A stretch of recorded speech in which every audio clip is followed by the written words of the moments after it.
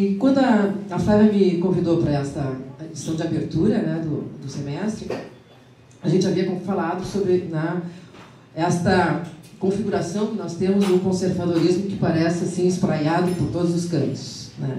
E aí então eu preparei a minha fala tendo em vista isso, né? Tendo em vista essa pergunta, né?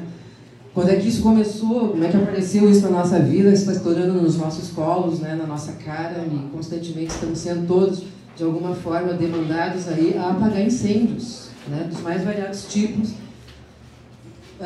de violências que temos sido objetos nós mesmos, né? Quanto universitários, quanto acadêmicos, quanto professores, professoras, etc. E aí eu lembrei desse meu projeto de pesquisa sobre a violência, né? E dois autores que na ocasião, lá da revisão biográfica que eu havia iniciado, me haviam cutucado muito profundamente, duas leituras que eu havia feito e que eu retomei agora para pensar essa nossa noite aqui. E naquela ocasião eu contatei assim com uma cara chamada Hannah Arendt, que eu estou escrevendo qualquer coisa sobre a violência, né, e eu recomendo esse texto, tá? Não só porque ele é brilhante, mas porque ele é escrito por uma filósofa mulher, e eu tenho me dado o desafio de sempre que possível trabalhar com títulos de mulheres, né? Historiadoras, filósofas, advogadas, médicas, enfim, né? Porque afinal a bibliografia que a gente levanta por aí é quase toda ela masculina, e o nosso desafio, portanto, é pelo menos a equidade, né? E aí eu lembrei dessa senhora, que apesar de não ser feminista, né, inclusive faz sérias críticas ao movimento feminista lá na sua época, né, ela pensou a violência, né, historicizando isso e problematizando isso como um problema humano, né, como um problema nosso. Não é nada estranho a nós, nos pertence. A violência nos pertence. E um outro sujeito, né, e aí ela vai tratar, durante, né, boa parte da sua reflexão, sobre a banalidade do mal, né? E essa ideia da banalidade do mal foi onde eu me segurei para pensar hoje aqui à noite algumas provocações para a gente se provocar. E o outro cara que eu andei lendo naquela ocasião, e que sempre bom lê-lo, é o Hobsbawm, né, que muitos pronunciam mal, né? O Hobsbawm, é o Eric Hobsbawm, né, que nesse texto aqui, sobre a história, ele tem aqui um artigozinho em que ele dá o título de Barbárie, Manual do Usuário. E aí ele tenta construir ali, né, uma linha de tempo. Como historiador que é, nós temos esse problema com o tempo. Então ele tenta construir ali uma linha de tempo, né, das violências, das barbáries do século XX. Né? E ele vai recuar muito distantemente, mas para a gente enxugar aqui nos 15 minutos que nós temos, ele vai apontar dois momentos importantes no século XX, né, digamos assim, de um sintoma já muito importante da barbarização do mundo. A Primeira e a Segunda Guerra Mundial, sem dúvida alguma, são dois momentos dessa, né, emergência desse monstro que as serpentes andavam ali chocando, né, e depois nos anos 80 e 90 de novo, com as guerras que ele chama de guerras religiosas da Europa contemporânea, né? Ali na Bósnia, Herzegovina, aquele núcleo, né, do leste ali, tcheco, Eurásia, aquele lugarzinho conflituoso, né, cheio de muçulmanos por um lado, cheio de cristãos por outro, e decência em nenhum dos dois lados. Né? Então, ele vai se perguntar, né, onde é que nós andamos e por onde é que estamos indo. Né? Bom, eu primeiro quero pedir desculpa se eu eventualmente aqui me emocionar, né, e carregar tintas pessimistas, porque eu ando muito pessimista ultimamente, desde abril mais ou menos, que eu não consigo ter um outro sentimento junto de mim, a não ser o pessimismo mais absoluto, né, em relação ao que nós estamos vivendo no nosso país, no nosso estado em particular, no nosso país. E com esta emergência, né, da banalidade do mal aí constantemente nos assolando, nos assombrando, né, nos assustando e produzindo em nós uma série de medos e anseios. Então a minha pretensão aqui era problematizar, né, esta coisa da emergência desse monstro, né, a partir então de alguns momentos históricos importantes do século XX que marcariam o começo desta besta que se solta aí, então, nos anos 2000, com o advento da internet, como diria lá Humberto Eco, já falecido, né? as bestas se libertaram. Aí, totalmente. Não é? Então nós estamos observando aí uma violência discursiva que nos atinge constantemente, por todos os lados. Né? E de um lado, então, nós temos esse contexto, esse histórico todo, né, da banalidade do mal, e de outro lado, agora no Brasil, do impeachment, no Brasil do ilegítimo, né, interino, nós temos aí ameaçando, né, as nossas conquistas caras a nós todos, seja como estudantes, seja como professores, seja como feministas, como mulheres, enfim. Nós estamos à beira de perder direitos arduamente conquistados ao longo desses últimos 40 anos aí de enfrentamentos em nossa sociedade, né? E nós vamos perder, e já estamos perdendo, e eu acho que não tem mais volta mesmo. Né? Com o grau de mobilização que temos das classes trabalhadoras no nosso meio, estamos ferrados. Tá?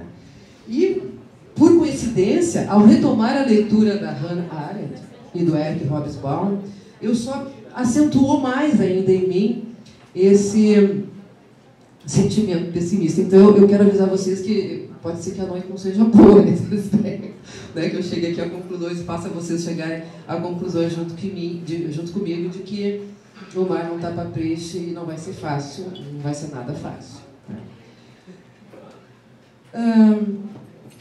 O Eric Hobsbawm, ele sugere, né, que a emergência da barbárie acontece quando ocorre uma ruptura, por mínima que seja, entre os pactos, né, os acordos que a civilização, entre aspas, por mais que tenhamos crítica ao conceito de civilização, né, e, sobretudo, a civilização inaugurada pelo pensamento iluminista, ali por volta do finalzinho já do século XVIII, né, esse pensamento iluminista, segundo Eric Hobsbawm, teve um efeito tampão, né, e ele conseguiu segurar por um tempo, frear por um tempo, né, esse monstro que nos devora.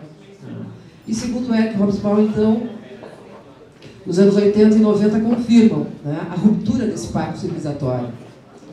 E a barbárie se dissemina, né, tendo em vista a fragilidade do Estado moderno, desse Estado que temos aí. E eu tento pegar toda a reflexão do Hobsbawm, que eu sugiro aqui a leitura, né, e pensar o Brasil e a América Latina a partir dessa reflexão do Hobsbawm e da Hannah Arendt, né, num momento de esfacelamento do Estado no Brasil, em todas as suas configurações possíveis e imagináveis. Né. A prerrogativa da violência, que segundo os especialistas da história da violência, era uma prerrogativa na modernidade, na contemporaneidade, uma prerrogativa do Estado organizado. Ao se fragilizar esse Estado, ao esse Estado se encontrar num estado de falência, como ele se encontra em nosso país, essa prerrogativa da violência se estende para outros sujeitos. E aí a ruptura se confirma, a ruptura de pactos de civilização mínimos, né, se rompe. E é, sem dúvida alguma, aí, um momento de desespero. Né. Se eu não fosse minimamente, monstruosamente, também meio que apaixonada por um cara chamado Michel Foucault, eu me desesperaria e cortaria os pulsos. Né? Mas com Foucault eu aprendi que é possível se pensar, né, em relação ao poder e aos poderes constituídos, em formas de resistência. E é na resistência, então, que a gente vai se encontrar, né, para sobreviver a estas perspectivas, né, que a análise mais dura de um materialismo histórico, que é o caso aqui do Eric Hobsbawm, às vezes nos sugere. Né? Alguns poderão se perguntar, essa leitura pessimista de um marxista não parece fazer sentido com um marxista, né? Mesmo para um neomarxista. Mas as conclusões que os autores que eu tenho tido acesso, né, em relação a esse final do século XX, início do século XXI, é de que a barbárie está ganhando de 7-1. Mais ou menos, eu tinha para dizer isso. E na contramão disso, nós temos no Brasil a audácia de uma direita fedida e truculenta, que justamente nesse momento em que nós precisamos sim falar disso, nós precisamos falar de violência nas instituições de ensino, por exemplo. Nós precisamos falar de violência na universidade pública brasileira. Nós precisamos sim falar de muitos aspectos da nossa sociedade contemporânea dentro da escola, dentro das instituições de ensino. E justamente nesse momento, em que terapeuticamente precisaríamos falar mais ainda, nós vemos uma sombra, né, apavorante de um projeto de uma sociedade sem partido. O mesmo que, né, ganhou aqui no Rio Grande do Sul, lembra do discurso do Sartori, né? O meu partido é o Rio Grande. Né? Então, a ausência de uma posição político-partidária asseguraria à sociedade um mínimo de civilidade. Será que isso é possível? Sem política partidária, sem posição, sem partido? Não esqueçamos que partido, nesse sentido, não significa apenas partido político. Significa, poeticamente, como diria Carlos Drummond de Andrade, é preciso tomar partido. Afinal, somos homens e mulheres partidos. E é preciso tomar partido. E a educação brasileira, os educadores brasileiros, a universidade brasileira, docentes, discentes e técnicos administrativos, tem que começar a pensar em tomar partido. E qual será este partido? Será o partido da escola sem partido, que nos ameaça a censura mais absoluta e mais explícita? Nós temos o problema, por exemplo, das diretrizes de gênero que estão sendo discutidas por aí. Tá? E o rolo compressor está passando, estamos sendo impedidos de discutir, né, entre aspas, né, do ponto de vista dos planos municipais de educação, de discutir as questões de gênero em sala de aula. Né? Bom, esse é o teste da escola sem partido. As mulheres, para variar, são balão de ensaio.